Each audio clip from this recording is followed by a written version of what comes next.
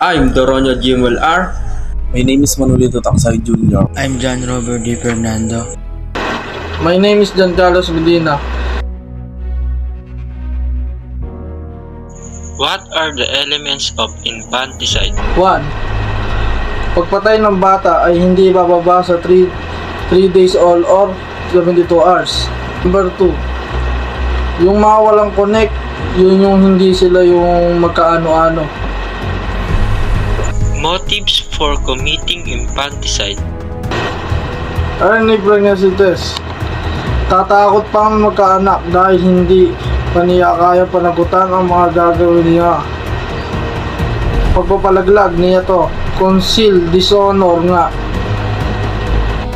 Number 2, financial problem. Financial problem sa kakulangan ng financial or pera.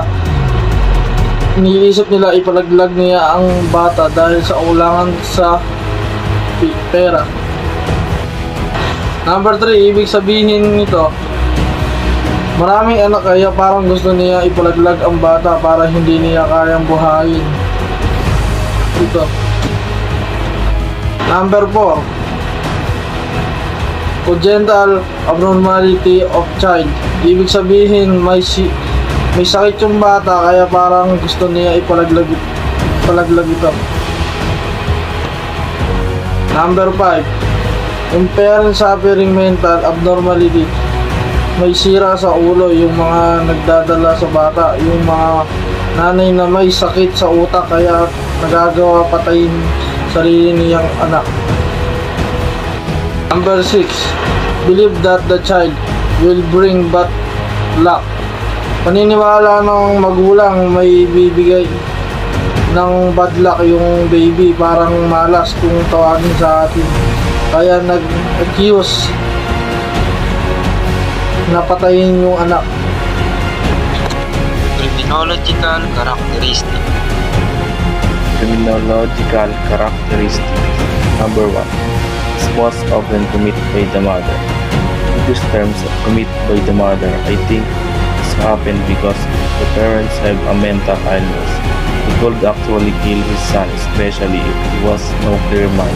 For example, the mother had a condition of depression, anxiety, depressed and mental illness.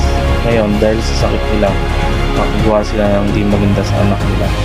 Nakasaktan nila ito or kung baby pa ito, napapatay niya ang sarili niyang anak dahil sa malubhan ng sakit. Number 2, criminal act is almost always committed in the home.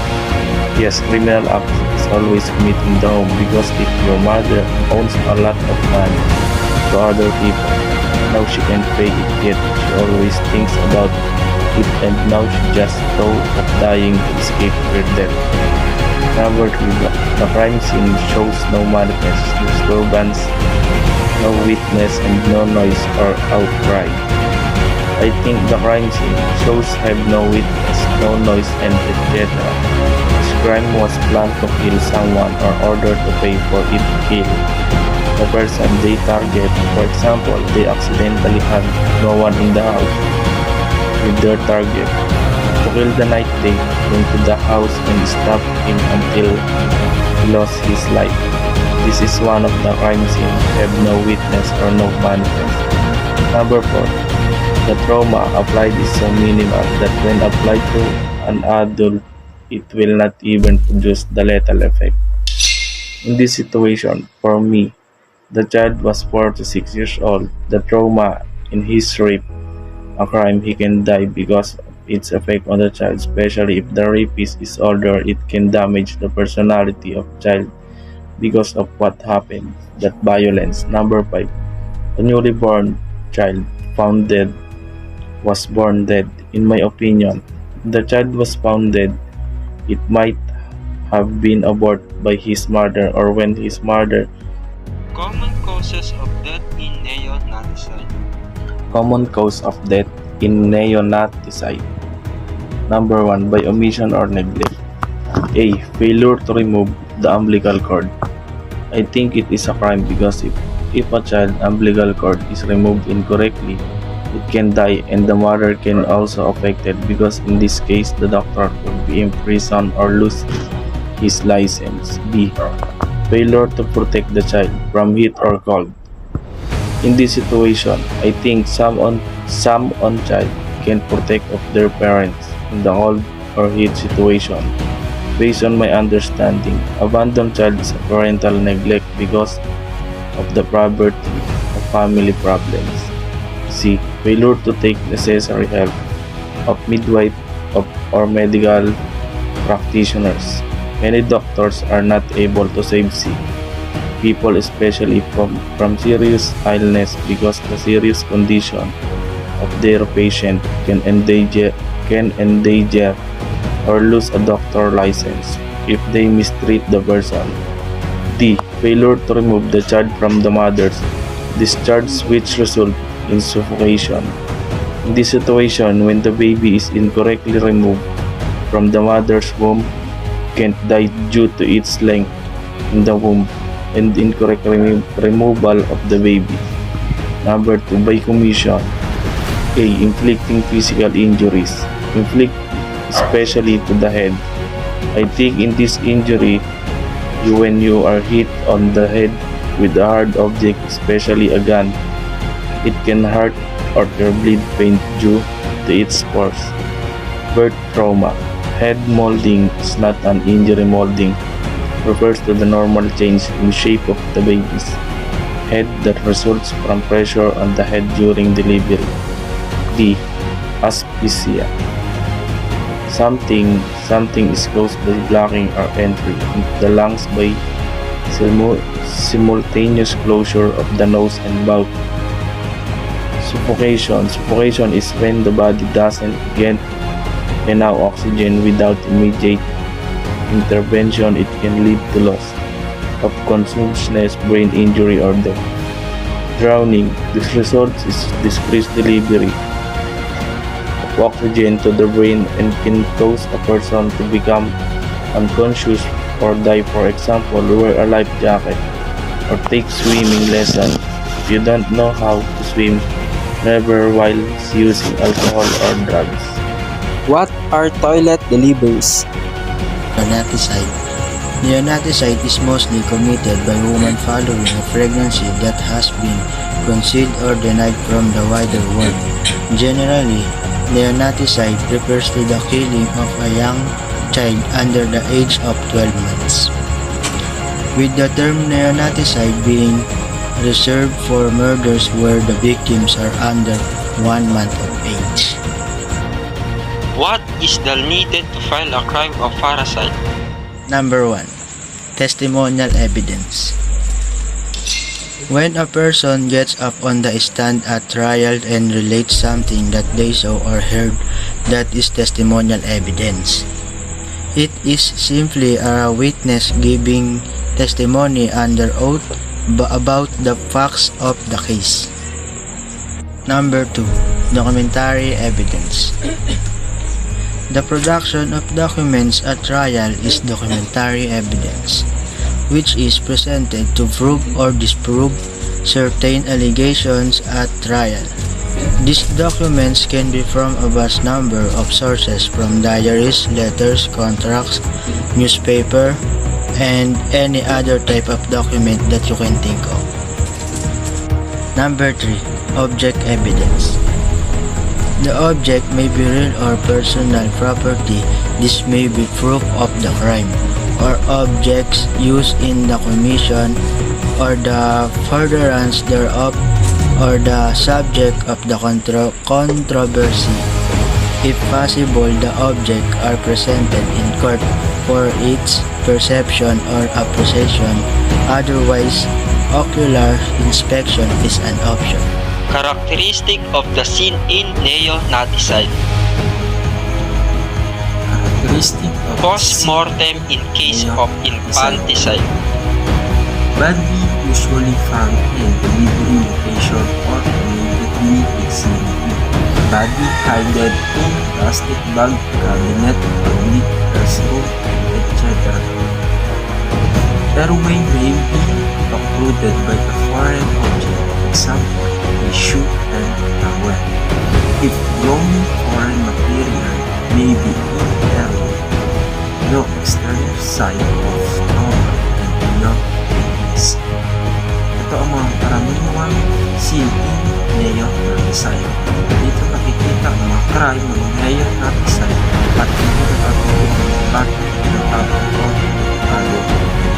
Usually give birth to a child alone and feel their need for very soon after delivery.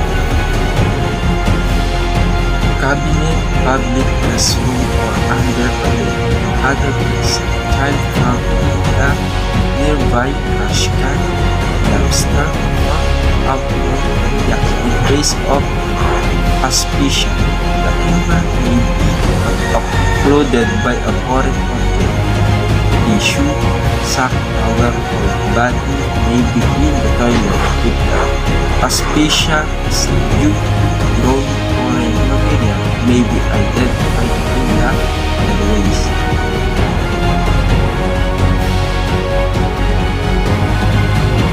Remaining story are from AUFCI trying to something that we discussed the post-mortem case of infanticide or neonaticide. Number 1. Complete examination of the skin surface may show presence of marks of physical violence such as skin lesion or discoloration.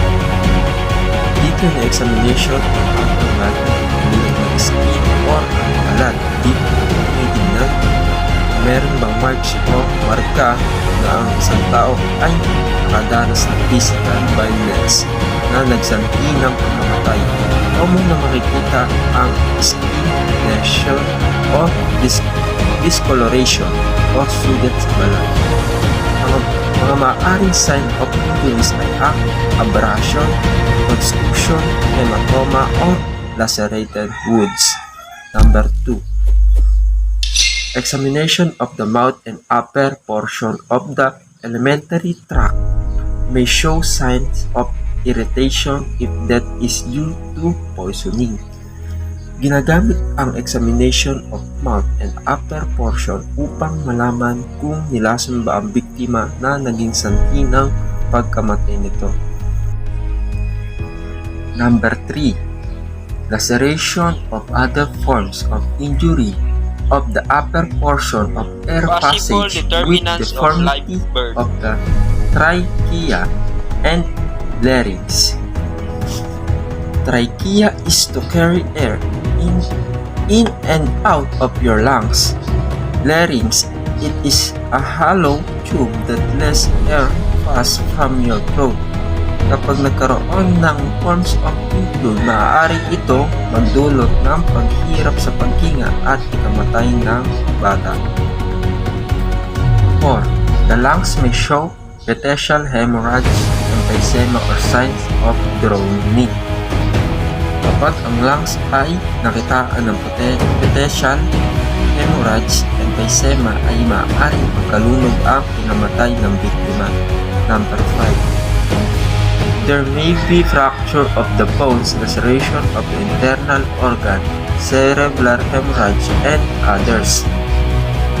There may be damage to the veins, arteries, or nerves, and there may also be injury to the lining of the bone. Number 6. In case of poisoning, the organ must be preserved and sent to competent toxicologists for proper analysis.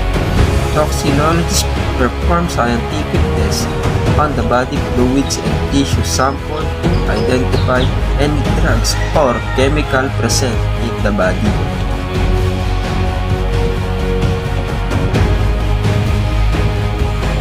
Possible determinants of live birth. 1. Gestational age compatible with life is the common term used during pregnancy to describe how far along the pregnancy. It is measured in weeks. A normal pregnancy can range from 38 to 42 weeks. Number 2. No sign of maceration. When a fetus dies in utero, there are changes in the skin and tissue. Ang mutilation ay walang sign na makikita. This process takes place entirely in the womb and stops once the fetus is delivered. Number 3. No determinable reason for intrafetal death.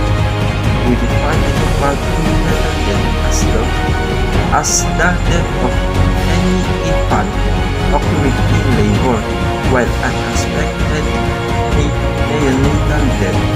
Madaling salita, bago pa lang manganak ng bata, mamatay na ito sa loob ng tiyan. Food in the stomach. The shallow and the airway of the fetus is harder to breathe because it can clog the airways. Inflation of the lungs grossly or microscopically. Hyperinflated lungs occur when air gets trapped in the lungs and causes them to overflate. Hyperinflated lungs can be caused by block in the air passage or by air sacs that are less elastic. Number 7. Positive rotation test with no signs of putrefaction. CPR is a controversial autopsy procedure used in determining whether lungs have undergone respiration. It can help determine whether or not an infant is stillborn. Number 8. Hyaline membranes in the lungs. Also called respiratory distress syndrome, is a condition that causes babies to need extra oxygen and help breathing. One of the most common problems seen in premature babies.